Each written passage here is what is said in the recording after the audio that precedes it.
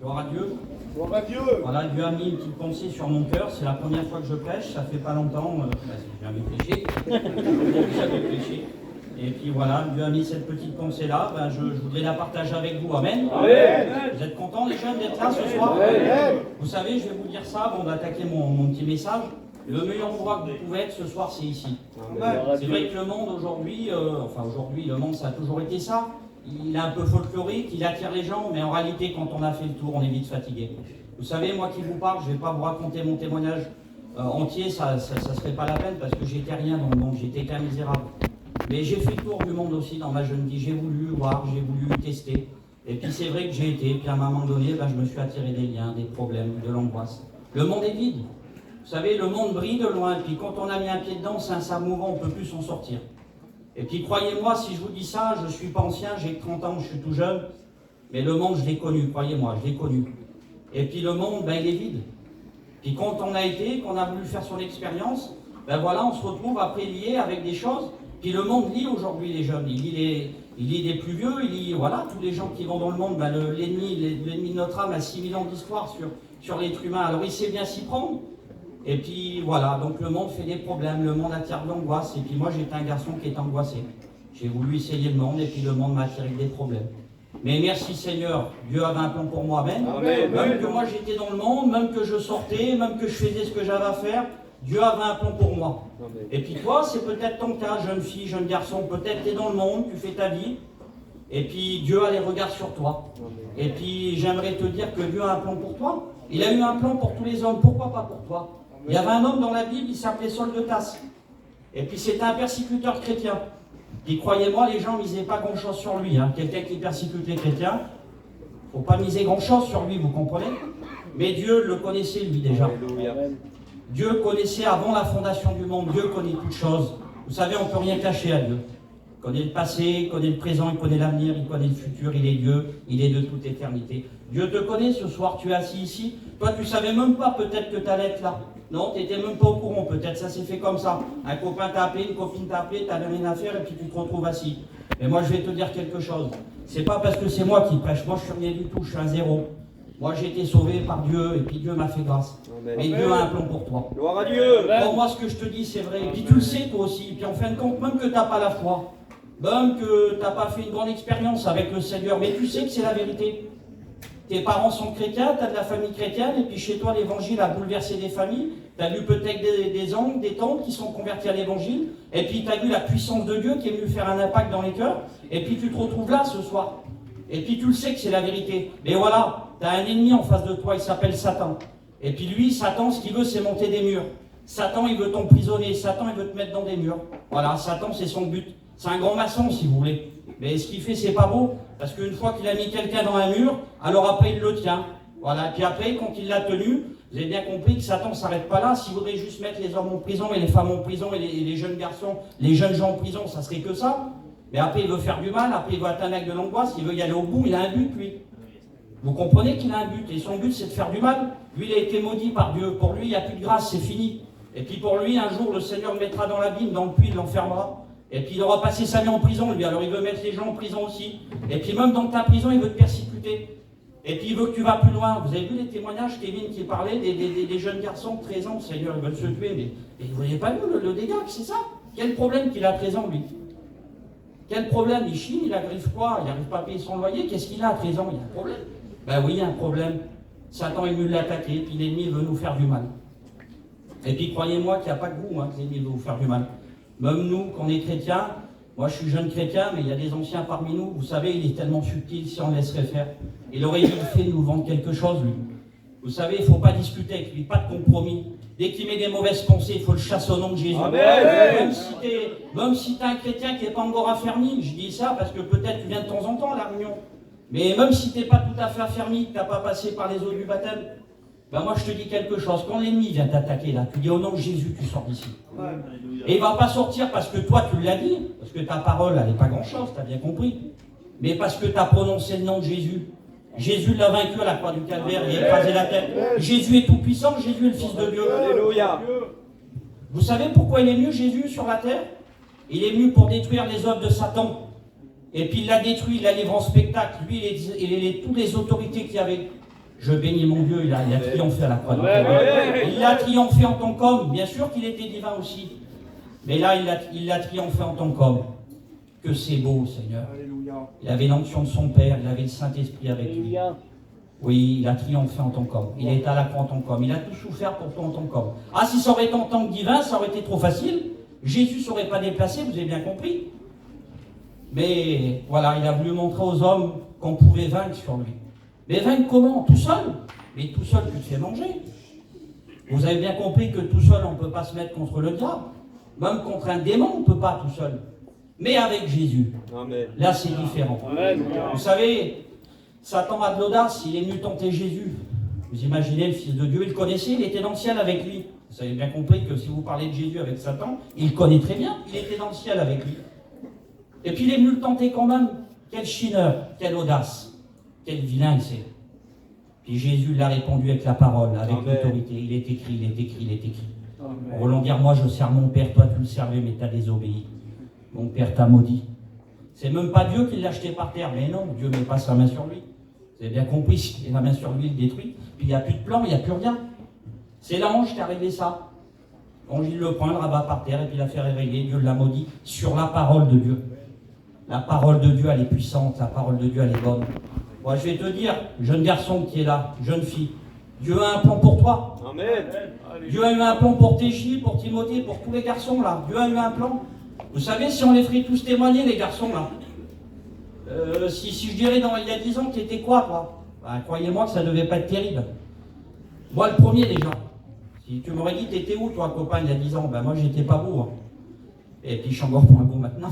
Bon, enfin, merci Seigneur, j'ai la parole de Dieu. Hein, même si on n'est pas beau, c'est elle qui nous fait du bien quand même. De toute façon, on veut pas faire du folklore ici, on va amener la parole de Dieu. Amen. C'est elle qui nous a bénis, c'est elle qui nous a guéris, c'est elle qui nous a sauvés, c'est elle qui nous convainc de péché, de justice et de jugement. Le Saint-Esprit, c'est lui qui fait du bien dans nos vies. Je vous dis la vérité, j'ai sorti du message complètement. J'avais pris des petites notes là. Sur Jéricho, sur tout ça, des petites notes, des psaumes, et puis je veux laisser parler le Seigneur. Amen. Je ne veux pas faire un programme, moi je veux que c'est lui qui fait le programme. Amen. Quand je n'aurai plus rien à dire, je descendrai. Voilà. C'est pas compliqué, là. Quand il n'y a plus rien, il n'y a plus rien. Alors que Dieu vous bénisse, les jeunes. Et puis, bah tiens, je vais peut-être revenir sur le message quand même. Il y a une bonne petite note là. Il y avait dans Luc, alors excusez-moi si je m'exprime mal, hein, j'ai jamais prêché, alors je fais ce que je peux. Je rectifierai avec le temps, j'essaierai de faire mieux avec le temps. Voilà. Dieu, voilà, ça on dira avec le Seigneur. Là j'ai une petite pensée, dans Luc 10 au verset 30. Il y avait un homme qui était à Jérusalem. Et Jérusalem veut dire fondement de paix. C'est la joie, c'est le bonheur, c'est l'espérance, Jérusalem. C'est le salut, c'est la terre de Dieu. Dieu s'est choisi un peuple, s'est choisi une ville. Et puis c'était Jérusalem, voilà, le peuple le plus vilain, il n'y a pas plus qu'un gras qu'un juif. Mais Dieu a voulu faire comme ça, donc Dieu fait ce qu'il veut, amen. Dieu fait des choix. Et puis c'est comme ça, il est à Jérusalem. Et puis à un moment donné, je ne sais pas ce qui se passe avec ce type-là, il descend lui. Il est sur un chemin.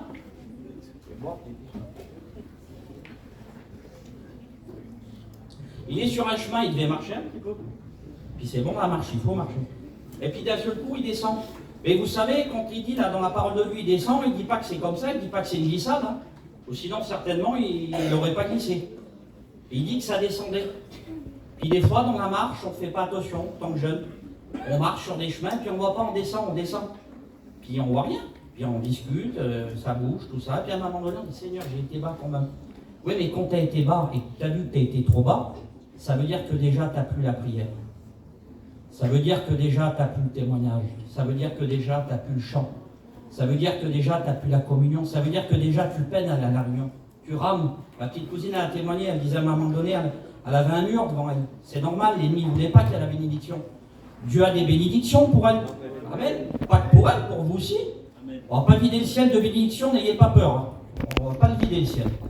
Et puis lui, il a descendu. Oui, mais voilà. Quand on n'a plus la prière, quand on n'a plus le témoignage, quand on ne chante plus, quand on n'a plus la communion, quand on ne vient plus à l'église, on est dévêtu spirituel, on n'a plus de force. Et bien là, l'ennemi nous guette. Il est patient, lui. Quel homme patient que c'est ça. Quelle patience qu'il a. Je ne sais pas si c'est les fruits d'esprit, mais il est patient. Et puis il l'a regardé, puis il ne le fera pas. La Bible dit c'est des brigands. Attends que je lis un petit peu, faire une petite lecture quand même. Un homme descendait de Jérusalem à Jéricho. Il tomba au milieu des brigands qui le dépouillèrent, le chargeant de coups et s'en allaient, le laissant à demi-mort. C'est une grâce du Seigneur qu'il n'est pas mort, à demi-mort. Enfin, il devait être quand même... Un sacrificateur qui passait par hasard descendait par le même chemin. Ayant vu cet homme, passa outre. Un sacrificateur? C'est bien ce que j'ai dit là, vous avez écouté? Amen les jeunes. Sacrificateur, il passe outre lui. Comment ça se fait? Sacrificateur, ça travaille dans le temple, ça. C'est au service de Dieu. Ça nous représente la pasteur aujourd'hui. Ben, vous savez, les pasteurs ne sont pas toujours disponibles. Les pasteurs ne sont pas toujours sensibles. C'est que des hommes, la Bible elle dit malheur à l'homme qui prend la chair pour appui. Mais heureux l'homme qui se confie en l'Éternel. Crois-moi, ma soeur, je te dis ça, ma petite soeur, mon petit frère, si tu te confies en Dieu, tu ne seras pas beaucoup déçu. Ah, les hommes vont te décevoir, mais pas Dieu. Et puis là, donc lui il passe, il continue. Et puis là, il y a un Lévite. Il arriva aussi dans ce lieu, l'ayant vu, passa outre. Impossible. Je ne comprends plus rien. Un Lévite, celui qui lit un petit peu, les jeunes qui connaissent un petit peu, les Lévites, c'était Dieu qui avait choisi ces hommes-là. C'était pour porter l'arche, ils avaient un drôle de travail, ils faisaient quand même dans le temple. Et bien lui aussi, il passe outre. Ben oui, c'est qu'un homme, lui aussi. Il avait peut-être des soucis aussi, puis il a dit j'en ai autant que lui. Qu'est-ce que je lui donne un coup de main, lui? J'en ai autant que lui. Alors lui, ben, il se débrouillera. Les gens, des fois, disent ça sur toi. Ah, lui, je le connais, lui, j'ai été noir, il vient pas aux réunions. Ah, c'est des jeunes qui sont durs, ah, il est pénible, il a le téléphone, ou peu importe ce que les gens disent. Et des fois, tu es dans la misère, quoi. Mais Dieu a les regards sur toi, amen. Amen, amen les jeunes. Amen. Vous dites pas amen pour moi, hein, vous n'allez pas m'encourager, c'est pour la parole. Amen. Amen. Et puis là, il passait un bon samaritain. Alors là, ça change tout. Dieu, quelle beauté. Et là, il passait un samaritain qui voyageait. Étant venu, là, il fut ému de compassion lorsqu'il le vit. Il s'approcha et banda ses plaies. Il était gentil, lui, hein, en y versant de l'huile et du vin. Puis il le mit sur sa propre monture. C'était la sienne. Et il le monte avec lui. Quel amour. Quel amour. Volontaire, moi, j'ai eu des problèmes aussi. Moi, j'ai eu des difficultés aussi. Alors moi, je veux t'aider. Que c'est beau quand quelqu'un veut aider les autres qui sont dans les difficultés. Qui se reconnaissent, qui disent ça n'a pas toujours été rose pour moi. Aujourd'hui, c'est rose. Mais il y a quelques années, ça n'a pas toujours été rose pour moi. Alors moi, je vais l'aider à lui, là. Je vais lui donner un coup de main. Et là, ce qu'il fait, il prit du vin, puis il le mit sur sa propre monture, conduisit à une hôtellerie et prit soin de lui. Voilà ce qu'il fait le bon samaritain. Le bon samaritain, c'est Jésus. Amen. Le bon samaritain, c'est Jésus. Amen, les jeunes. Vous aimez Jésus? Amen. Vous l'aimez, Jésus? Amen. Vous voulez le servir? Amen. Vous voulez le suivre? Amen. Vous voulez lui plaire? Amen. Eh bien, vous avez toi gagné. Vous avez le tiercé dans l'ordre. Non, mais il y a plus grand que le tiercé. Parce que vous savez, les richesses ici-bas sont périssables. Mais la richesse de Dieu... Amen. Vous savez, Dieu n'a pas voulu sauver les hommes par de l'or ou par de l'argent. Je m'excuse, je suis un peu lent, mais je me régale. J'ai tellement attendu pour pêcher, je me régale, Seigneur. Je vous demande pardon, les anciens. Je sais que je bavarde un petit peu, mais je me régale. Voilà, je vous demande pardon, je m'engueulerai après, mais je me régale. Dieu n'a pas voulu sauver les hommes par de l'or ou par de l'argent. Non, ça c'est périssable. Il a donné ce qu'il avait de meilleur. Il a donné son Fils. Amen. Quel prix ta vie a là? Tu t'imagines, toi, jeune qui est là, tu as peut-être 10, 12 ans, 13 ans, tu m'entends prêcher. Tu sais même pas qu'il y a quelqu'un qui a payé pour toi. Tu as la mort d'un innocent sur la tête, tu sais même pas. On ne te l'a jamais dit. Ben, il a fallu que tu viennes à Moulin ce soir et puis que tu le sais. Quelqu'un a payé pour toi. Amen. Tu devais la dette, toi. Mais quelle dette? J'ai rien fait, moi, j'ai 13 ans. Oui, mais tu es né dans le péché. Tous les hommes sont pécheurs, ils sont privés de la gloire de Dieu. C'est Dieu qui l'a dit, c'est pas moi. Alors Dieu a payé pour toi. Amen. Alors maintenant tu le sais, quand tu vas rentrer chez toi, tu dis je savais pas, tu vois, que j'avais la mort d'un innocent sur la tête. Jésus est mort pour toi. Amen. Il est mort pour moi aussi, il est mort pour toute l'Église, pour la planète entière, pour celui qui veut venir à lui. La Bible elle dit, Jean 3,16, comment pas prêcher et puis pas dire ce verset-là? On est obligé de le dire. Jean 3,16, car Dieu a tant aimé les hommes Dieu a tant aimé le monde, il a donné son Fils. Vous savez, Jésus partageait la gloire avec le Père. Il était sur le trône, il était à la droite de Dieu. Les anges disaient Saint, Saint, Saint est l'Éternel des armées, le Dieu d'Israël, le Dieu véritable. Il était au-dessus de tout, et il est toujours au-dessus de tout. Oui, mais voilà, il a voulu faire la volonté de son Père. Plein d'amour, plein de compassion pour les hommes perdus. Il ne fallait pas oublier qu'on est la création de son Père. C'est Dieu qui nous crée de la boue, avec rien, et lui, il a voulu racheter la créature de son Père. Oui, mais comment? Eh bien, en donnant sa vie. Gloire à Dieu. Il est venu comme un simple homme. Ah, le ciel ne s'est pas ouvert, non. Ça va arriver, ça, dans les derniers temps, mais pas quand il est venu. Non, quand il est venu, il est né dans une petite, je ne sais plus, étable, on dit non? Ah, étable, hein. Dans une petite panière. Il n'avait rien pour frapper. Mais les prophètes avaient prophétisé sur lui, bien des temps auparavant, qu'il devait sauver le monde. Que c'est beau, dans la simplicité, il est venu. Mais non, il ne voulait pas épater. Le ciel est à lui. Qu'est-ce que vous voulez qu'il épate sur la terre? Tout lui appartient. Le ciel, la terre, l'univers, tout est dans ses mains. Et il est venu. Il a dit, Père, envoie-moi faire ta volonté. Et donc, il est venu faire la volonté de son Père. Il s'est donné, on lui a fait du mal. On lui a craché au visage, on l'a calomnié, on l'a vendu. Des fois, toi, on te fait du mal. C'est injuste, tu dis. J'ai raison. Tu as doublement raison. Ah ben dis donc, déjà raison, c'est beau, et doublement, c'est encore merveilleux. Oui, mais lui, il avait toutes les raisons. Il était saint, il était pur, il était vrai. Et pourtant, on l'a jugé à lui. Et pourtant, on l'a condamné à lui. Et pourtant, il a fait du mal. Et il est mort pour toi. Il est mort 3 jours. Et 3 jours après, il est ressuscité. Amen. Ah, voilà. Que Dieu me dit, je prie pour vous. Je m'excuse si j'ai été long, les anciens. Demande pardon, mais il y a des années que j'attendais pour prêcher. Là, bon, il y a des choses encore, mais je veux laisser faire. Je veux que c'est lui qui parle. Vous avez bien compris? C'est lui qui a parlé ce soir. Moi, je m'appuie sur elle, là. C'est elle qui a sauvé le monde. Vous comprenez? C'est elle qui peut tout. Vous dites Amen, les jeunes? C'est elle qui peut tout. Elle peut tout dans ta vie. Elle peut t'amener le bonheur, l'espérance. Tu peux te marier, avoir un bon foyer, servir Dieu. Elle peut tout pour toi. Amen. Bon. Allez, je vais prier pour vous. Seigneur, sois béni, glorifié dans cette soirée. Mon âme te bénit, mon âme te glorifie, Seigneur. Moi, Seigneur, j'ai amené ce que j'avais sur mon cœur, Seigneur, ni moins ni plus. Seigneur, pardon si j'ai été long, Seigneur, mais ça a été bon d'apporter ta parole. Ta parole, elle me fait du bien, Seigneur. Ta parole, elle me bénit.